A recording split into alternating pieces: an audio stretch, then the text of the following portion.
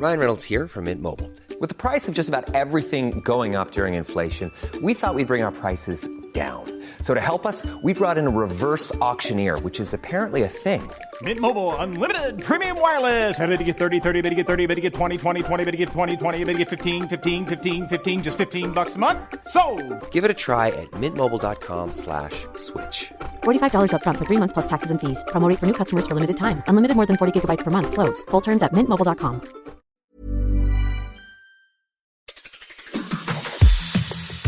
On today's Smart 7, Reeves and Cooper lay out Labour policies, Russia strikes at Ukrainian hospital and lots more. It's Cow Appreciation Day and happy birthday, Tom Hanks.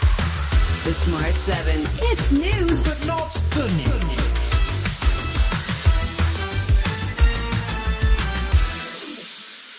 Labour has been making every effort to take advantage of early momentum, and its new ministers and secretaries of state have been hard at work laying out their plans and following up on their manifesto pledges.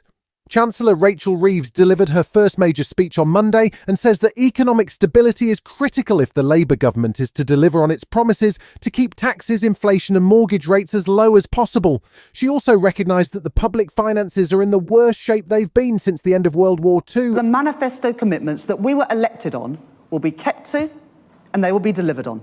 I know that many of you aren't used to hearing this after recent years, but I believe that the promises that a party is elected on should be delivered on in government, and we will do so. New Home Secretary Yvette Cooper was focused on immigration as she announced the creation of a new border security command intended to accelerate work on breaking up the criminal gangs trafficking people in small boats. The Rwanda scheme has been binned, but she wouldn't be drawn on whether or not facilities like the Bibi Stockholm barge would remain in operation. Well, we need to clear the Conservatives' asylum backlog, but the first priority has to be to get their stronger border security in place, and that's why our first step is setting up the new Border Security Command.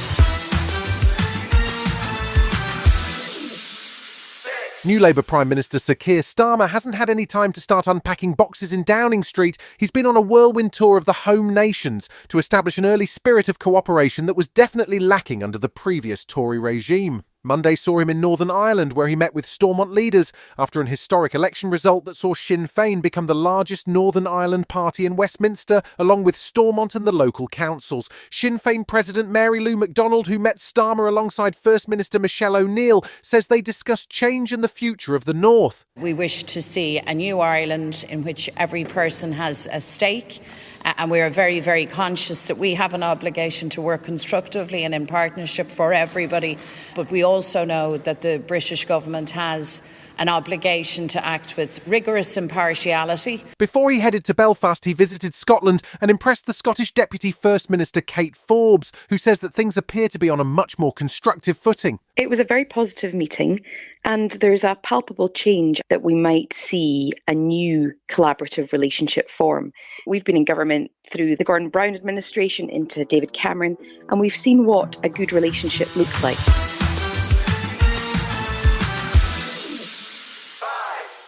This week sees the NATO summit in Washington as new UK PM Keir Starmer makes his first international trip.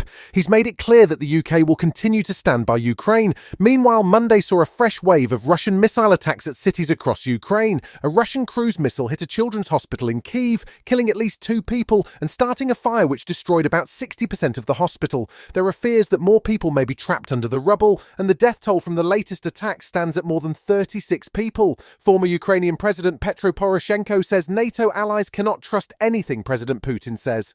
Any attempt to delay the launching of negotiation with Ukraine is very dangerous for the global security. My point of view is that we can learn the lessons from that. French President Emmanuel Macron took the unusual step on Monday of refusing to accept the resignation of French Prime Minister Gabriel Attal. Attal, who is also the head of the Ensemble Alliance, offered his resignation after a campaign that saw Macron's party finish behind the new Popular Front group, but ahead of Marine Le Pen's far-right National Rally. However, with Macron due to fly to the NATO summit on Tuesday and the Olympics due to start in Paris in under 3 weeks, the president wants to avoid any chaos or disruption. Negotiations to form a coalition may take months to resolve, but candidate for the New Popular Front Charlotte Minvielle says Macron needs to listen to the voices from the Left and Green Alliance. I think the fact that we came in the lead means that it's going to be for them to consider whether they're willing to be able to support policies that are more to the left, which is not what they have done for the past 7 years that they've been in government. Still to come on the Smart 7, Wimbledon gets serious and Gavin and Stacey's stars are still waiting for a script. Right after this. Hey, I'm Ryan Reynolds. At Mint Mobile, we like to do the opposite of what Big Wireless does. They charge you a lot, we charge you a little. So naturally, when they announced they'd be raising their prices due to inflation, we decided to deflate our prices due to not hating you. That's right. We're cutting the price of Mint Unlimited from $30 a month to just $15 a month. Give it a try at mintmobile.com/switch. $45 up front for 3 months plus taxes and fees. Promo rate for new customers for limited time. Unlimited more than 40 gigabytes per month. Slows full terms at mintmobile.com. Welcome back. Tuesday night sees the first of the Euro 2024 semi-finals as France play Spain, with England facing the Netherlands on Wednesday. Wimbledon wrapped up the round of last 16 on Monday, setting up their quarter-finals on Tuesday. Several of the big names are through, including Elena Rybakina, who saw her opponent Anna Kalinskaya have to pull out midway through her match because of injury. Alexander Zverev went out after a 5-set battle with American Taylor Fritz, and Novak Djokovic faced Switzerland's Holger Rune. Djokovic was enraged by what he thought was booing from the crowd and fired himself to a 3-set win. He had words for the crowd afterwards too. I focus on the respectful people that have respect, that paid the ticket to come and watch tonight and love tennis. And appreciate the players and the effort that the players put in here. I played in much more hostile environment, trust me.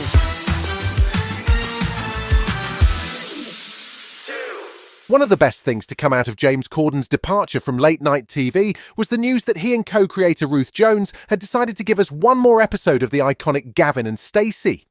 All we know so far is that the show will return for a Christmas Day special, but not even the BBC have seen the script yet. Rob Burden is expected to return as Uncle Bryn, and Joanna Page, who plays Stacey, is also booked for a comeback, but she says she doesn't know much more than that yet. I can't wait to find out what's happened, because I remember all those years ago reading the script, and then it says Nessa goes down on one knee and says, you know, will you marry me? And I remember going on scrolling and going, what?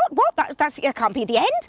So I just hope that I haven't signed on to be running around on Barry Beach in a bikini, because I'm not doing that at the age of 47.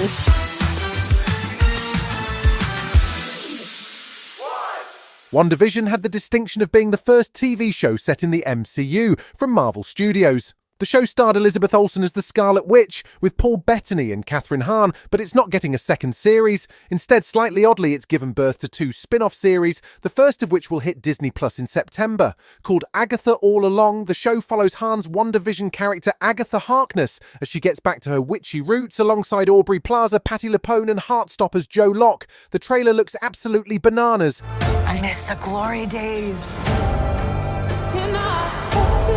She took every bit of power I had, but I can be that witch again. Well, the gang's all here. Let's hit the road. You've been listening to The Smart 7. We'll be back tomorrow at 7 a.m. Hit that follow button and have a great day. Give us 7 minutes and we'll give you the world.